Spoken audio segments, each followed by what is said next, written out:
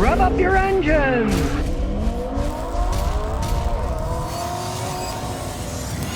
Audi is recalling their e-tron, their electric SUV. They just started making it, and guess what? They've already had to recall it for potential electrical fires. Yeah, to me, that's just the icing on the cake. Audi, throughout their history, has made cars that have had problems, that were expensive to repair. I remember when I was a young mechanic, some guy in town had bought an Audi. He needed a fan belt, and it turns out I had to take the motor mount off, jack the car up in the air to change the fan belt on it. Well, it seems that since 1960-something, Audi hasn't learned much about quality control and design, and then he just came out with this electric SUV. And they're already having to recall them for potential electrical fires. They didn't make the wiring harness or something, and moisture can get inside them. With all electric cars, as far as I'm concerned, is a big possible problem that electricity and water don't go together. And here, I live in the Gulf Coast of Texas. Hey, that's salt water, which really conducts electricity. So, as these things age, I don't care what anybody says, seals go bad. And when they go bad, and the water, especially salt water, intrudes, you're going to have problems. And this is something that they're going to have to deal with electric cars for a long time. Because let's say your sunroof leaks in your car, drips a little. Somebody's going through a car wash and water splashing on their heads, right? Well, it's inconvenient, but it isn't going to hurt you. An electric car, you know, it could start fires. So I find it amusing that Audi just came out with an electric SUV and they already have to recall it for electrical problems. Industrial dude. Hey, Scotty, what costs more to produce, CVT or manual transmissions? This is going contrary to what our society generally is headed towards, which is making things cheaper and charging more money for them. They're going more to CVT transmissions. They cost more to make than standard transmissions and manual transmissions.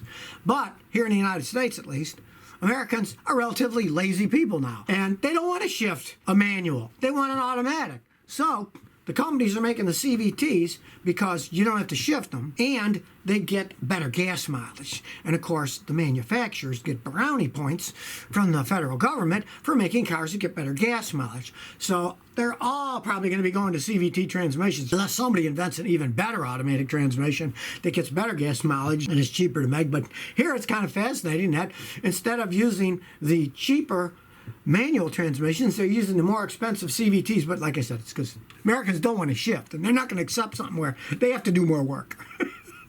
Here's the Honda guy. I have an '08 Ford Fusion with 160,000 miles on it. It's V6 all-wheel drive. It only gets 11 miles per gallon. Why is it so bad? Well, first of all, you said, here's the Honda guy, but you're driving a Ford. What's going on here? You get that horrible gas mileage, there's something wrong. Now, the first thing that I advise you to do is, it's an 11-year-old vehicle. First thing, just jack up a car, all the tires, spin them. If you got a drag brake, when your brakes is dragging, that's going to get you horrible gas mileage. Also, when you're driving down a road, make sure it's shifting right. Because let's say it's a 5-speed transmission. Maybe it's only shifting to third gear and sticking and not going to the next two. So count the shifts as it goes and see if it shifts smoothly, because that can do it if the shifts are bad. When you get really horrible gas mileage like that, it's generally brakes are dragging or transmissions and shifting right. That's very typical. If the car is running correctly, you can't blame it on the engine. If it runs good and it's not smoking or anything and not burning a bunch of oil or using up coolant, then the engine's going okay, and something's happening between the engine and the wheels. To check the brakes, see if they're dragging, see if the transmission's shifting correctly. Now, if it isn't running right, then bets are off. You got to fix the running problem. Have a mechanic check the MAF sensor, check the fuel injection system. There's all kinds of things that can be checked. But if it's running okay otherwise, if it's getting that horrible gas mileage, generally the brakes are dragging or the transmission is not shifting right. It's Mark, 2018. Mark says, Scotty, I've watched your video about quick struts. You said it's better not to use them. I can get the Duralast ones at AutoZone for about $90. What do you suggest? Okay, well, like I say, I don't suggest using them because they're not that well made. But if you're going to do it yourself, you don't want to pay somebody, you don't have equipment to compress the struts, go with the AutoZone one. The Duralast ones, they come with a lifetime warranty, And if they do wear out, they will give you another one. AutoZone's very good about giving money back for their purchases if there's any problems or if they wear out. So I'd go that route if you have to go that route. If you're going to do it yourself, just see how it rides right after you put them on. If you're satisfied with that ride, then yeah, it can be fine. But if you're not satisfied with the ride, that just means that they're not going to absorb the shock correctly. And a lot of times I see that with those quick struts. Either the car sits crooked, or it's one side's up and the back side's down, or the back side's up and the front side's out, because they don't make them the exact heights and stuff. So kind of check that when you put them on. Barjinder Scotty, I have a 2013 Toyota Corolla CE with 100,000 miles.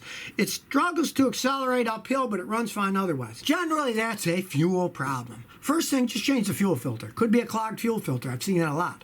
If it's not a clogged fuel filter, then have a mechanic put a gauge on it, see what the fuel pressure is, because it could be a fuel pump that's just flat wearing out.